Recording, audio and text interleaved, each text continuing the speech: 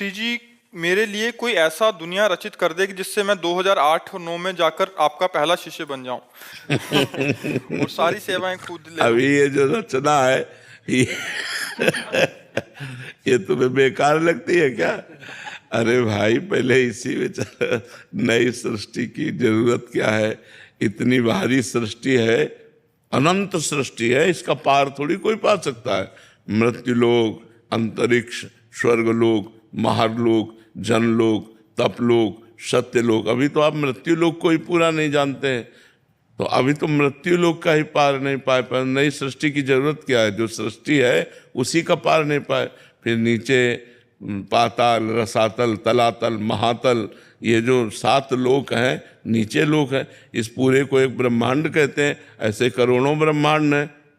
दिखरावाते माते अद्भुत रूप अखंड, रोम रोम प्रतिलागे कोटि कोटि ब्रह्मांड। करोड़ करोड़ ब्रह्मांड भगवान के एक रोमकूप में वास करते हैं। ऐसे महामहिम भगवान है।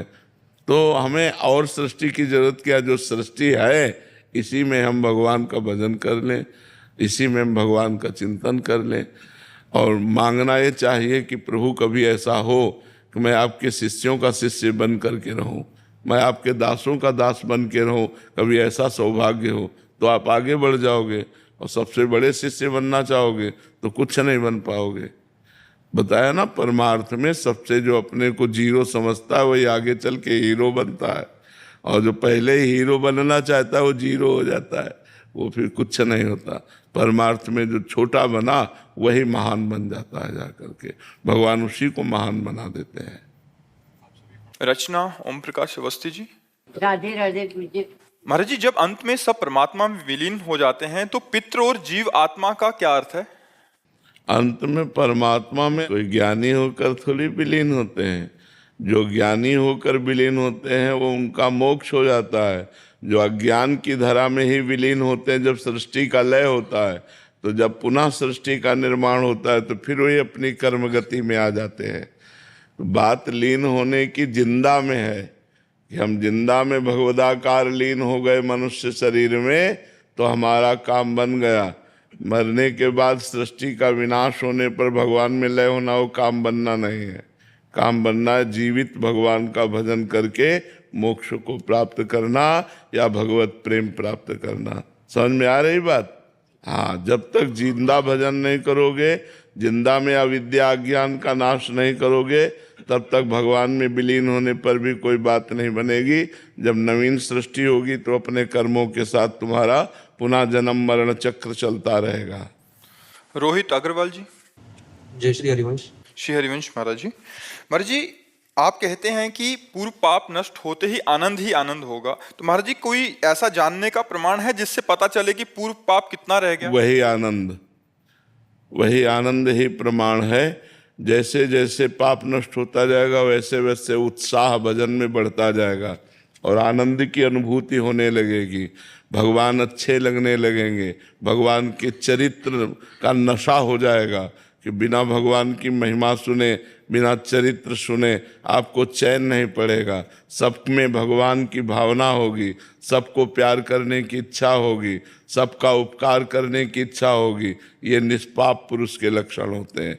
जैसे जैसे पाप खत्म होता जाता है वैसे वैसे मान अपमान, लाभ हानि, सुख दुख, जय पराजय इनमें समान हो जाता है। सुख दुखे समय कृत्वा लाभा लाभो जया जयो, ये निष्पाप पुरुष का लक्षण होता है। और इसे बढ़ाए कैसे प्रभु? नाम जप करो, नाम जप करो, इसी से होगा। जितना नाम जप बढ़ाते जाओगे, जितना सत्कर्म करते जाओगे, जितना भगवान के चरित्र सुनोगे, संतों की सेवा करोगे, उतना ही महान बनते चले जाओगे। जो काम कर रहे हैं, जो भी काम कर रहे हैं, वो कार्य भगवान को समर्पित करो, ईमानदारी से करो, धर्म पूर्वक करो और भगवान को समर्पित कर दो। कर्म समर्पण योग के द्वारा भगवान की भक्ति प्राप्त होती है। सुकांता जी कोलकाता से। महाराज जी, श्री जी की कृपा से भागवतिक मार्ग पर चलने का प्रयास कर रहा हूँ। आपके सत्संग से आदेश प्राप्त हुआ कि साधक को एक निश्चित दिनचर्या और एक समान रहनी में दीर्घ काल तक स्थिर रहना चाहिए, किंतु मन बार बार नूतन कर्म करने का प्रयास क्यों करता है महाराज जी? इसका स्वभाव है एक जगह न लगना। ये नवम नवम भोग, नवम नवम कर्म, ये नवम नवम चाहता है, आज इस व्यक्ति से, कल उस व्यक्ति से, आज इस वस्तु से, कल उस वस्तु से, आज इस स्थान में, कल उस स्थान में। वही बहादुर है जो इसको रोक कर एक जगह परमात्मा में लगा दे, भगवान में लगा दे, प्रभु में लगा दे। वही बहादुर है। वही साधक है जो मन को रोक ले। मन को रोक लिया तो सब काम बन गए ना। मन की तरंग मार दे, बस हो गया भजन। तो तरंगे नवम नवम इसकी निकलती रहती हैं। तो जब भजन करो, नाम जप करो और ये तरंगे निकाले और उसको उस समय उदासीन भाव से हटाओ। नहीं, ये सब असत है, ये सब असत है। और निरंतर भजन, तब वो धीरे धीरे लगने लगेगा, धीरे धीरे लगेगा। सातु दीर्घ काल निरंतर सत्कार सेवितो दृढ़ भूमि, पातंजलि योग। जो दीर्घ काल तक निरंतर सम्मान पूर्वक भगवान का नाम जप करता है, उसका मन दृढ़ भूमि, उसका मन दृढ़ हो जाता है, निश्चल हो जाता है, अचल हो जाता है। खूब भजन करो, डट के भजन करो। देवी कल्याण दास जी। राधे राधे। राधे राधे महाराज जी। महाराज जी, जब गुरु एक ही हैं तो विविध शास्त्रीय शब्दावली जैसे विश्व गुरु, जगत गुरु, सदगुरु क्यों हैं? क्या इनमें कोई भेद है भागवतिक स्थिति के अनुसार? कुछ भेद नहीं, वो एक ही परम तत्व है। प्रभु कहो, महाप्रभु कहो, गुरु कहो, सदगुरु कहो, विश्व गुरु कहो, कुछ भी कहो। विश्व गुरु तो भगवान ही है, और कौन विश्व गुरु है? गुरु से पूछो तो उनके गुरु हैं, उनसे पूछो तो उनके गुरु हैं। तो जब गुरु गुरु गुरु, तो असली में गुरु कौन निकला? भगवान ही तो गुरु है। तो गुरु ही भगवान है, भगवान ही गुरु है। अब उन्हें चाहे विश्व गुरु कुछ कहो, सदगुरु कहो, गुरु कहो, जो भी मनावे सो कहो, ये तो सब टाइटल है। तत्व तो एक है, उसमें छोटाई बड़ाई थोड़ी है। टाइटलों में छोटाई बड़ाई है। वंदे कृष्णम जगत गुरुम, जगत गुरु भगवान ही है। वही सदगुरु के रूप में बन्नो गुरुपद कंज, कृपा सिंधु नर रूप हरि, महामोहतम पुंज जासु वचन रवि कर निकर। वही गुरुदेव भगवान के रूप में कृपा करके हरि नर रूप धारण करते हैं। वही हरि नर रूप में, संत रूप में, गुरु रूप में विराजमान है। इन सब नामों से हमें मतलब नहीं, मतलब है भगवान के पावन चरणारविंद में चित्त जो जोड़ दे, वही गुरु। जो हमारा चंचल मनिन मन भगवान के चरणों में अपनी सामर्थ्य से जोड़ दे, वही गुरु, वही सदगुरु, वही विश्व गुरु, वही जगत गुरु। वो भगवान ही है, दूसरा कोई नहीं है। भगवान और गुरुदेव, गुरुदेव और भगवान एक ही बात है। अंकित जी। हर हर महादेव। गुरुदेव, मेरा मन पहले संसारिक चीजों में अव्वल आने की इच्छा रखता था, अब आध्यात्मिक में अव्वल आने की इच्छा करता है। क्या ये उचित है? बहुत बढ़िया है, अच्छा है। हम अव्वल के बेटे हैं तो अव्वल तो आना चाहिए।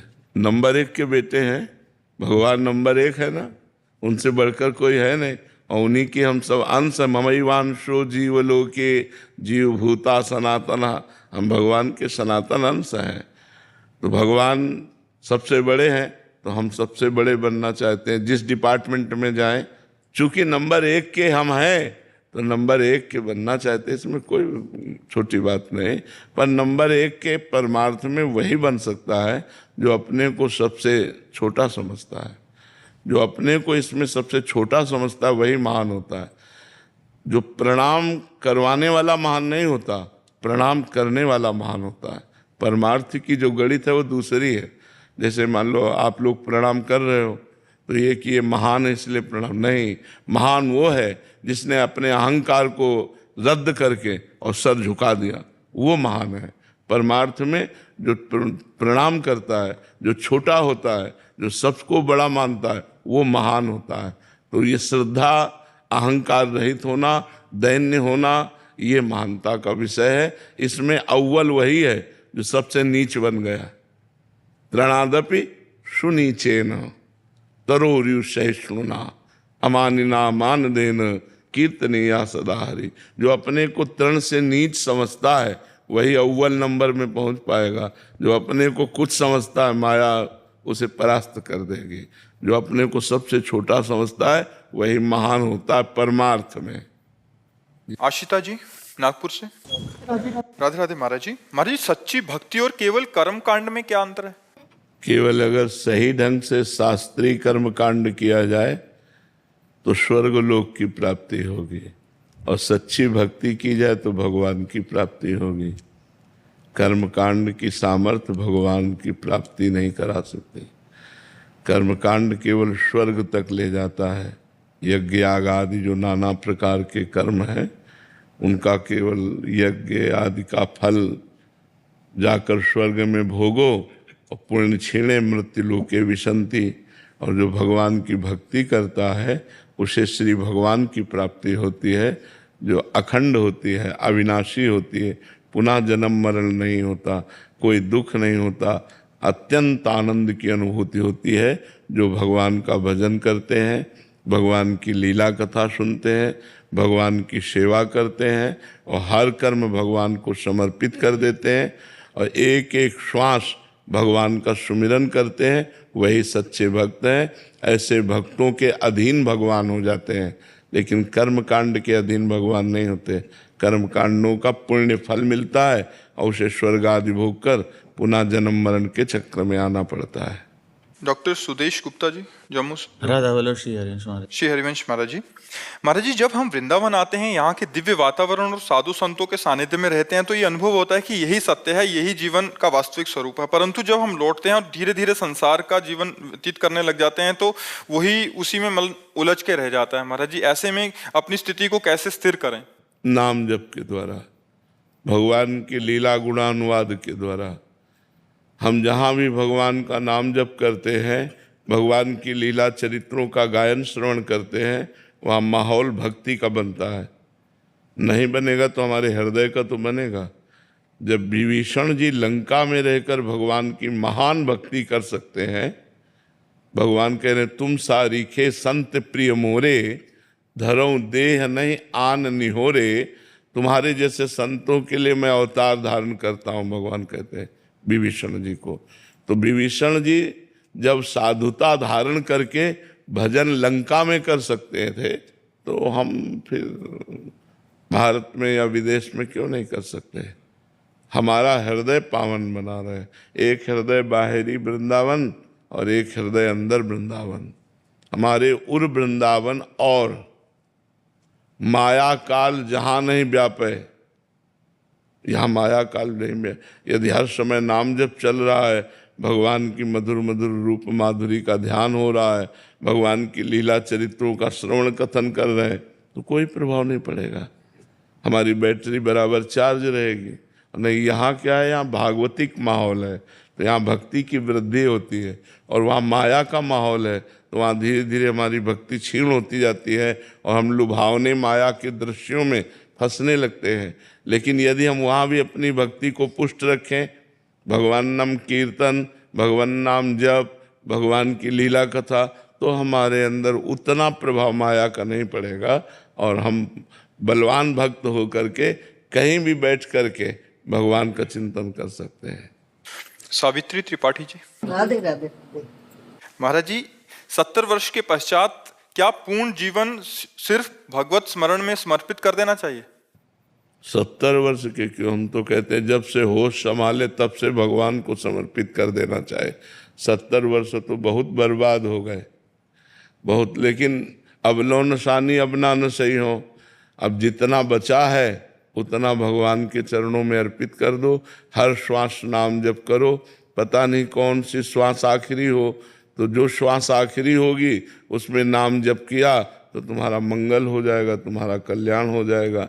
लेकिन यदि पहले से भजन का अभ्यास नहीं किया तो 70 वर्ष के बाद आप भजन नहीं कर सकते। भजन करना कोई खिलवाड़ नहीं। हम तो साधारण उदाहरण देते हैं, जैसे हमने कभी जिंदगी में पिस्तौल नहीं पकड़ी हाथ में, तो आप हमको पकड़ा दे तो हमारे लिए बेकार है। हम फेंक के भले मार सकते हैं, गोली नहीं चला सकते, क्योंकि अभ्यास नहीं किया। और आर्मी के जवान को, वो चाहे 90 वर्ष का बूढ़ा हो, उसके हाथ में पकड़ा दे तुरंत वो फायरिंग, क्योंकि उसने अभ्यास किया। ऐसे ही यदि यौवन अवस्था में, जवानी में आपने कभी माला नहीं चलाया, कभी 10 मिनट एकांत में बैठकर भगवान का ध्यान नहीं किया, तो बुढ़ापा में ध्यान नहीं होगा। तो इसलिए हमें लगता है कि अगर थोड़ी भी बुद्धि काम कर रही हो और श्वासें जितनी हैं उतनी भगवान के चरणों में अर्पित कर दो। नहीं, मनुष्य जीवन का क्या लाभ मिला? क्या लड़का बच्चा, मकान, दुकान, रुपया, पैसा, यही मनुष्य जीवन का लाभ है? तो फिर देव दुर्लभ क्यों कहा गया? दुर्लभो मानुषो देहो, मनुष्य देह दुर्लभ है। इतना तक कह दिया कि सुर दुर्लभ सदग्रंथन गावा, बड़े भाग मानुष तन पावा, सुर दुर्लभ, देवताओं को भी दुर्लभ है ये मनुष्य शरीर। किस लिए? बोले साधन धाम मोक्ष कर द्वारा, ये साधना करके मोक्ष प्राप्ति के लिए, भगवत प्राप्ति के लिए है। तो अब जो अवस्था बची है तो जबान से नाम जप करो। यज्जिह्वागे वर्तते नाम तुभ्यम, अहो वत्सो गरीयान यज्जिह्वागे वर्तते नाम तुभ्यम। यदि राधा राधा राधा, राम राम राम, कृष्ण कृष्ण कृष्ण ऐसा जिह्वा से रट रहे हो तो कोई भी हो, कहीं भी हो, किसी भी अवस्था के हो, तुम्हारा मंगल निश्चित हो जाएगा। प्रेम जी अहमदाबाद से। जय जय श्री श्री हरिवंश महाराज जी। महाराज जी, गुरुदेव की कृपा कब, कैसे और क्यों होती है? कुछ नहीं कही जा सकती है, कुछ नहीं कही जा सकती है। ये अहेतुकी होती है, अलौकिक होती है, और कभी किसी पर भी हो सकती है। घोर पापी पर भी हो सकती है, घोर नीच पर भी हो सकती है, जो सम्मान से कभी जीने लायक नहीं रहा, तिरस्कृत रहा समाज में, उस पर भी हो सकती है। कभी भी किसी पर, न जाने कौन से गुण पर दया निधि रीझ जाते हैं। अहेतुकी कृपालु है, कब कहाँ कृपा हो गई। तो ऐसे गुरु की शरणागति, गुरु का आश्रय, गुरु की कृपा कब किस पर हो जाए इसको नहीं कहा जा सकता। जिसे आप बहुत नीच समझते हो, कुछ नहीं समझते हो, उसी पर कृपा हो गई तो बहुत बड़ा वो संत हो जाएगा। ऐसे हमारे इतिहास भरे पड़े हैं जो समाज के द्वारा तिरस्कृत हुए, निंदनीय हुए, और भगवान की उन पर कृपा हो गई, वही महान पुरुष हो गए। अब चिंतामणि वैश्या में इतने आसक्त थे बिल्व मंगल जी कि उसको देखे बिना जी नहीं सकते थे। मतलब घोर अपराध। उनका ब्याह हुआ, उनकी पत्नी पातिव्रत धर्म वाली, कभी एक बार देखा भी नहीं, और उसी पत्नी के आभूषण सब ले करके चिंतामणि वैश्या को दिया। वैश्या में इतने आसक्त थे कि वो मतलब, और जब धन खत्म हुआ तो वैश्या किसकी, ठोकर लगा करके जब बाहर कर दिया, तो जब घायल चित्त होता है ना, देखो सबको प्यार की जरूरत होती है। आप देखो कोई भी हो, जैसे बूढ़ा आदमी भी है ना, तो उसको अपने बच्चे बहुओं के प्यार की जरूरत है। उसको अनाथालय में भोजन की जरूरत नहीं है, उसे प्यार की जरूरत है। अब जब इतना बड़ा प्यार और ठोकर मार दिया उसी प्यार ने, अब कहीं जगह नहीं, तो जब किसको कहीं जगह नहीं मिलती ना, तो एक जगह होती भगवान की। भगवान श्री कृष्ण के चरणों का आश्रय ले। वो जानते हो क्या कहे गए? बिल्व मंगलाचार्य, बिल्व मंगलाचार्य कहे गए भगवान के। अब वो घायल चित्त जब भगवान में लगा तो वैसे ही प्यार भगवान से किया। भगवान तो प्यार ही चाहते हैं। गोस्वामी तुलसीदास जी अपनी पत्नी को इतना प्यार करते थे कि वो जी नहीं सकते थे, एक मिनट का भी वियोग बर्दाश्त नहीं करते थे। और जब उनका उपदेश हुआ उनकी पत्नी का कि जितना आप इस शरीर से प्यार करते हो चाम से, उतना राम से प्यार करते, तो निहाल हो जाते। बस कदम राम की तरफ ऐसा बढ़े कि गोस्वामी तुलसीदास महान। तो बहुत से ऐसे हमारे इतिहास भरे हुए हैं कि जो जग गए, जब कृपा हुई और जग गए तो महापुरुष बन गए, ब्रह्म ऋषि बन गए, महात्मा बन गए। तो भगवान की कृपा कब पर कैसे हो जाए कुछ कहा नहीं जा सकता। सौरभ जी फिरोजाबाद से। राधे राधे। राधे राधे महाराज जी। महाराज जी, यदि हम किसी धार्मिक स्थल पर जाते हैं तथा धार्मिक कार्य करते हैं, उससे पहले हमारे घर में गृह क्लेश एवं अड़चन सी आने लगती है, हमारा मन करता है हम उस कार्य को ना करें एवं धार्मिक स्थल पर ना जाएं, या ऐसा कोई सिद्धांत है क्या? नहीं, सिद्धांत नहीं है, पाप प्रबल है। जब पाप प्रबल होते हैं तो पापवंत कर सहज स्वभाव, भजन मोर ते भाव न काऊ, जो पे दुष्ट हृदय सोई होई, मोरे सन्मुख आव की सोई। जब हमारे कोई पूर्व के पाप प्रबल होते हैं तो वो विघ्न डाल देते हैं हम मंगल कार्य नहीं कर पाते, हम मंगल कार्यों की जगह में नहीं जा पाते, हम भगवत अनुष्ठान नहीं कर पाते। पर यदि अपने घर में नाम कीर्तन करो आप। गुरुदेव, मैं आपके पास भी आ रहा था जी। तब भी बहुत रुकावटें आ रही थी, आज भी आपके पास। हाँ, हमारी बात मान लो। नाम संकीर्तनम यस्य सर्व पाप प्रणाशनम, प्रणामो दुख शमनम, तम नमामि हरिम परम। यदि आप भगवान का नाम कीर्तन अपने घर में 10-20 मिनट शुरू करें, जो भी नाम प्रिय लगे आपको, और नाम कीर्तन करें, तो सब विघ्न नष्ट होते चले जाएंगे। जहाँ भगवान का नाम की गर्जना की जाती है, वहाँ कलयुग का कोई प्रभाव नहीं पड़ता। शुभ अशुभ विनायकों का, जिते विनायक शुभ अशुभ, विघ्न करे नहीं कोई, विघ्न करे नहीं कोई, डरे कलिकाल कष्ट भय, हरे सकल संताप, हरस हरिनाम जपत जय। उसकी विजय हो जाती है। बस बात मान लो। अब आज का समाज ऐसा है, पाखंड में ज्यादा फंस रहे हैं, अध्यात्म को स्वीकार कम कर रहे हैं, क्योंकि वो सोचते हैं हमें कुछ करना ना पड़े और पैसा दे के काम बन जाए। तो काम नहीं बनने वाला। जैसे तुम्हारा पैसा, वैसे वहां से सामान मिलेगी। भगवान नाम कीर्तन स्वयं करो। एक अध्याय भागवत का घर में पाठ करो, ठाकुर जी को भोग लगाओ, देखो अभी आनंद आने लगेगा। घर को ही धर्म स्थान बना लीजिए, घर को ही तीर्थ बना लीजिए, घर में ठाकुर जी विराजमान कर लीजिए, उनकी आरती पूजा भोग कीजिए, नाम कीर्तन कीजिए, एक अध्याय भगवान की कथा कहिए, अभी माहौल सब आनंदमय हो जाएगा। स्वामी अर्चनानंद जी महाराज, आंध्र प्रदेश से। राधे राधे महाराज जी, प्रणाम। महाराज जी, श्री रामकृष्ण परमहंस देव जी कहते हैं कि व्याकुल होकर गान करने से भगवत साक्षात्कार होता है। महाराज जी, कृपया ये उपदेश का विश्लेषण और मार्गदर्शन करें। जब हम प्रभु से अपनापन कर लेते हैं, अभी हमारा अपनापन देह से है, देह संबंधी भोगों से है, देह संबंधियों से है। जननी जनक बंधु सुत दारा, तन धन धाम सुहृद परिवारा, सबकी ममता ताग बटोरी, मम पद मनहि बांध बर डोरी। पहले बहुत काल तक संत महापुरुषों का सत्संग करे। व्याकुलता ये स्थिति है। जो व्याकुल होकर भगवान का गुणगान करता है, ये एक स्थिति है। ये कोई ऐसा नहीं कि अभी कोई गान करे भगवान प्रकट हो जाए, नहीं तो प्रकट ना हो जाए। अपने लोग तो गाने करते हैं। व्याकुलता पूर्वक जब जिया न जाए, जैसे हमको जल में डुबोया जाए तो श्वास लेने के लिए जो व्याकुलता होती है, ऐसे हमें परमात्मा प्राप्ति की व्याकुलता तो कब होगी? पहले सब जगह से ममता हटे। जो संसार के शरीर संबंधी हैं, उनसे दूरादपाश स्वजनान, स्वजन जो कहे जाते हैं, इनसे हमारी चित्तवृत्ति दूर हो जाए, ममता रहित हो जाए। चाहे वो विरक्त हो या गृहस्थ हो। गृहस्थ है तो सब में भगवान का दर्शन करते हुए सेवा करे, और विरक्त है तो पूर्ण रूप से वैराग्यवान रहे। दूरादपाश्य स्वजनान, अपने स्वजनों से दूर रहे, न देखना, न सुनना, न बोलना, न मिलना। जो वैराग्य का मार्ग है, विरक्त का जो मार्ग है, दूरादपाश्य स्वजनान, स्वजनों से दूर रहे। सुखमर्थ कोटिम, रुपये के द्वारा प्राप्त होने वाले सुखों का त्याग करे।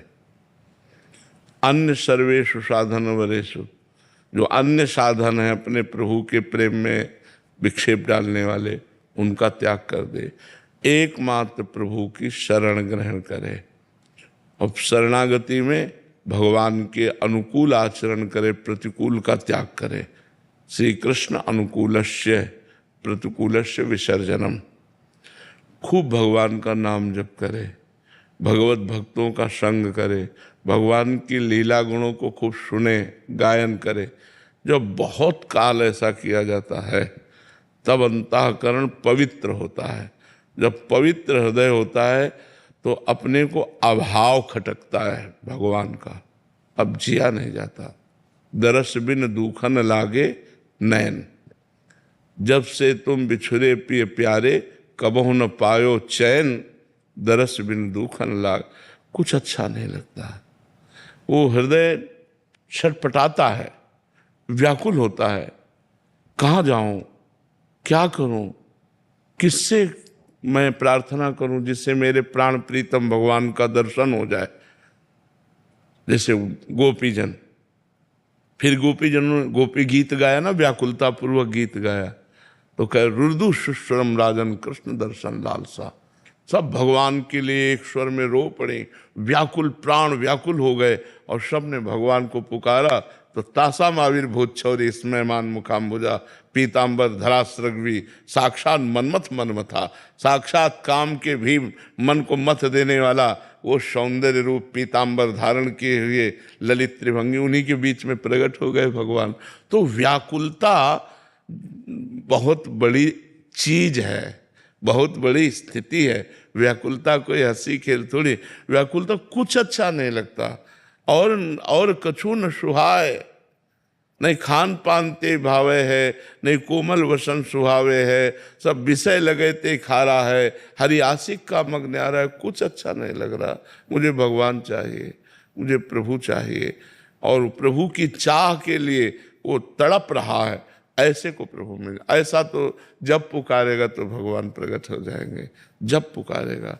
वो भगवान के बिना नहीं जी सकता। ग्वारिया बाबा हमारे ब्रज के सिद्ध संत हुए हैं, बड़े ही सिद्ध परिपक्व महापुरुष हुए।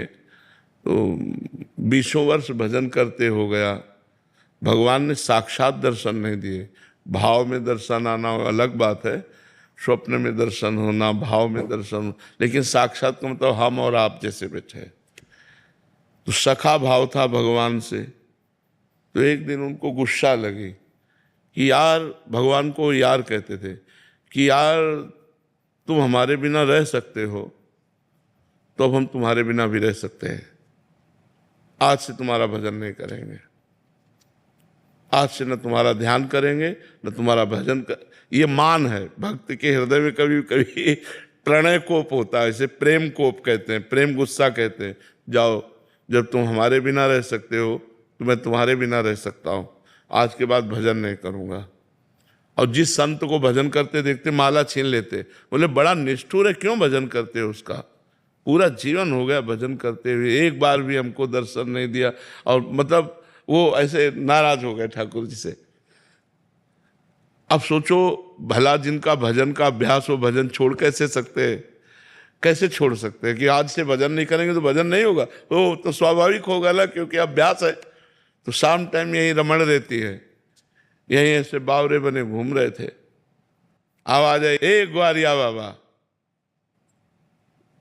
भगवान की आवाज तो अमृत जैसी, एकदम चेतना जागृत हुई और देखा मुस्कुराते हुए जो उनकी भावना के ठाकुर थे ना, वो वैसे साक्षात सामने खड़े।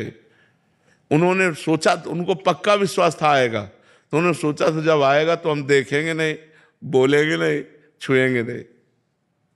लेकिन जे ही देखा तो सब भूल गए और दौड़ पड़े, अरे यार।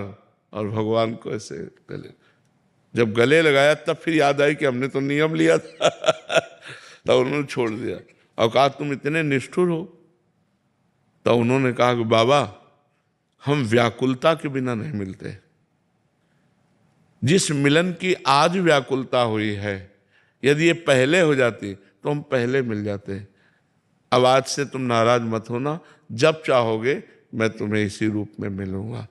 बाबा के यार ठाकुर जी, उनसे यार। तो वो व्याकुलता, वो परमात्मा के लिए, वो प्रभु के लिए, वो जगदम्बा के लिए व्याकुलता प्रकट हो जाए। हम लोग खान पान खा पी के मौज मस्ती में, व्याकुलता कहाँ है? व्याकुलता जब कुछ अच्छा ना लगे, कुछ अच्छा ना लगे। मतलब एक स्थिति होती है, वो प्रेमी ही जान सकता है, जिसको किसी से प्यार है और वो ना मिले, फिर उसके हृदय की दशा जो होती है, उसको मर जाना अच्छा लगता है। वो प्रतिपल मरता है अपने प्रेमी के लिए, अपने प्रेमास्पद के लिए। करूं तो क्या करूं, कहाँ जाऊं, कैसे करूं? वो जो व्याकुलता है, और वो परमात्मा अंदर बैठे देख रहा है, वो अंदर ही बैठे देख रहा है, वो प्रकट हो जाता है। भय प्रकट कृपाला दीन दयाला। वो चाहता है हृदय में तो हृदय में दर्शन दे देते हैं, वो चाहता है बाहर तो बाहर दर्शन दे। पर वो व्याकुलता आना भाई बहुत कठिन है। वो व्याकुलता आना, जैसे जल में हमें डुबो दिया जाए और श्वास लेने के लिए जैसे हम ऐसे व्याकुल होते हैं कि अगर अब श्वास न मिली तो प्राण निकल गए, ऐसे ही अगर अब प्रभु न मिले तो अब प्राण निकल जाएंगे। प्रभु मिले, इस तरह की व्याकुलता भजन करते करते जब होती है। अभी तो हमारे बहुत कोई है, इसीलिए वो व्याकुलता नहीं, व्याकुलता तब होती जैसे मीरा जी कह रहे, मेरे तो गिरधर गोपाल दूसरो न कोई, दूसरा कोई मेरा नहीं है। वो तब वो लगन लगती है, फिर अगन जगती है। वो लगन और अगन ही व्याकुलता पैदा कर देती है। हे प्रभु, हे नाथ, हे पुंडरीकाक्ष, हे कमल नयन, कहाँ हो आप, कैसे मिलो, फिर वो बात बन जाती है। अभी तो संसार अच्छा लगता है, भोजन अच्छा लगता है, जीना अच्छा लगता है। जब जीना अच्छा ना लगे, व्याकुलता ऐसी, जब जीना अच्छा न लगे, शरीर भार लगने लगे, अब क्या करूं, कहाँ जाऊं, वो व्याकुलता जब आ जाए तब परमात्मा का प्रादुर्भाव। एक बार पुकारने से आ जाएंगे, एक बार जिन नाम ली हित सो होयति दीन, ताको संग न छाड़हि प्रभु अपनो कर लीन। उसके पीछे पीछे हरि डोलते हैं जो ऐसा व्याकुल महाभागवत। लेकिन ऐसा दुर्लभ है, महत्संगस्तु दुर्लभ हो, ऐसा महापुरुष दुर्लभ है जो सिर्फ भगवान को प्यार करता है और सिर्फ भगवान के लिए भगवान को प्यार करता है, अपने लिए नहीं। भगवान से कुछ नहीं चाहता, केवल भगवान से प्यार करता है। सतरति सतरति सा लोकान तारयति, ऐसा महापुरुष स्वयं तर जाता है, स्वयं तर जाता है और लाखों को करोड़ों को तार देता है। लोकान, लोक के लोक को पावन कर सकता है। मम भक्ति युक्तो भोनम पुनात। सिद्धांत जोशी जी, कोलकाता से। राधे राधे महाराज जी। महाराज जी, आज की इस तेज गति वाली दुनिया में आप धर्म की भूमिका को किस प्रकार देखते हैं? मेरे मालिक का खेल हो रहा है, कहीं सतोगुण का खेल हो रहा है, कहीं रजोगुण का खेल हो रहा है, कहीं तमोगुण का खेल हो रहा है।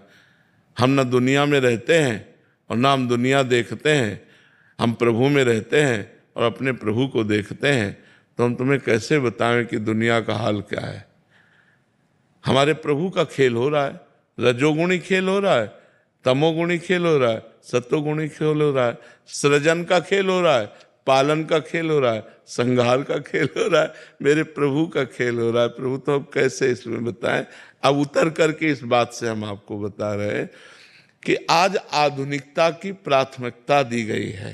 जिसके पास धन है, मकान है, गाड़ी है, पद है, प्रतिष्ठा है, आज उसी को सम्मान दिया जाता है, चाहे वो बेईमानी करके कमाया हो, चाहे वो जैसे कमाया हो, आज आधुनिकता में। लेकिन ये ठीक नहीं है। एक धर्म से चलता है, साइकिल से चलता है, नमक रोटी खाता है, लोग उसका उपहास करते हैं, मजाक बना देते हैं, उसको जीना मुश्किल कर देते हैं। और एक है कि गंदे आचरणों की हद किए हुए है और लोग उससे सलाम ठोकते हैं, नमस्कार करते हैं, नमस्ते करते हैं। आज का जो आधुनिक जगत है वो तो बहुत ही बदल चुका है, बहुत बदल चुका। आप किसी रिश्ते नातेदार के यहाँ जाएं और आपको सुंदर पैर धोकर, आपको जमीन में आसन बिछा करके और बढ़िया सुंदर रोटी, दाल, सब्जी, घी, देसी घी डाल के पवावे, तो आप उसकी निंदा करेंगे। तो आज की जो सोच है वो आसुरी प्रवृत्ति की तरफ बढ़ रही है, राक्षसी प्रवृत्ति की तरफ बढ़ रही है। जिस पार्टी में व्यसन ना हो और ये अखाद्य पदार्थ ना हो, वो पार्टी नहीं मानी जाएगी, नहीं ना। आप सुंदर गाय का दूध दही, देसी घी की पूड़ी, सब्जी, खीर पार्टी में चलाई जाए, कोई नहीं आएगा। तो आज जो है, पहले धर्म की महानता थी, धर्मात्मा पुरुष का समाज में आदर होता था, सत्य, धर्म, पवित्रता। तो पहले हम देखा कि ईमानदारी क्या है, ये बात है। आज आप देखो समाज में कितना, एक आदमी दूध इतना गंदा बनाता है, उससे कहो कि अपने बच्चे को यही दूध 10 दिन पिलाओ, नहीं पिलाएगा। लेकिन वही दूध दूसरों के बच्चों में जाएगा, पेट में दूसरों के बच्चे के, तो उसका क्या हालत होगी। आज घी है, दूध है, जितने खाने वाले पदार्थ हैं उनमें कितनी मिलावट हो रही है, कैसी आधुनिकता फैली है कि हमारा केवल परिवार सुखी रहे। तो ये आधुनिकता आसुरी प्रवृत्ति की तरफ ले जा रही है, जो हमारे उन्नति में, भागवतिक उन्नति में, आधुनिक उन्नति में, स्वास्थ्य में, हर जगह से हानि ही हानि है। इसीलिए बिना अध्यात्म के मनुष्य पशु प्रवृत्ति वाला हो जाता है। पशु प्रवृत्ति का होता है, पशु माने वो अपना अपना खाना केवल चाहता है, वो दूसरों की तरफ नहीं देखता है। आप देखो आज ऐसी प्रवृत्ति है कि किसी बहन बेटी को कोई छेड़ रहा हो और तुम बगल से निकल रहे हो, लेकिन आप उसमें हस्तक्षेप नहीं करोगे। एक आदमी चैन तोड़ करके भाग रहा है, आप उसे पकड़ोगे नहीं, वीडियो बनाकर जरूर डाल दोगे। एक आदमी का एक्सीडेंट हुआ पड़ा है, आप कार से शीशा नीचे करके वीडियो बना लोगे, लेकिन आप ये कोशिश नहीं करोगे उसको अपनी कार में लेके अस्पताल जाए। आज हमारे समाज में आसुरी प्रवृत्ति की वृद्धि हो रही है और ये बड़ी हानिकारक है। जिसके हृदय में धर्म नहीं है, आस्था नहीं है, तो वो मनुष्य क्या, वो मनुष्य क्या।